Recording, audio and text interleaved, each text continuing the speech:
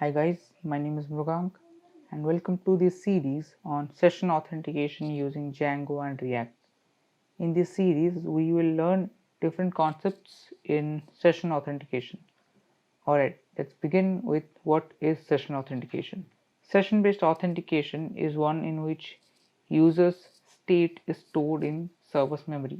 It can be a database, it can be something like Redis. When the user logs in, session creates a session ID and store that in the server, and then it dispatches a cookie with session ID to the browser. Session ID is then sent on subsequent request to the server, and then the server compares that with the session data on the server and then processes the requested action. Alright, now that we know what is session, let's see why we want to use session.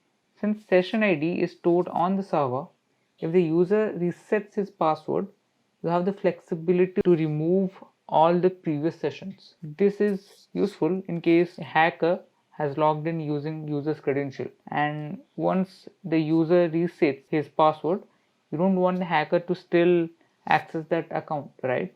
So you remove all other sessions. Now, like everything, session has downsides as well.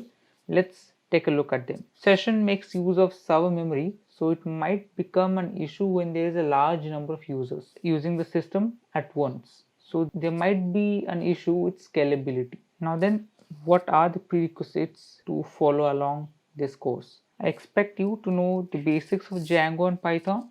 I expect you to know HTML, CSS, JavaScript and React. But you can still follow along if you want to learn just about session authentication in general.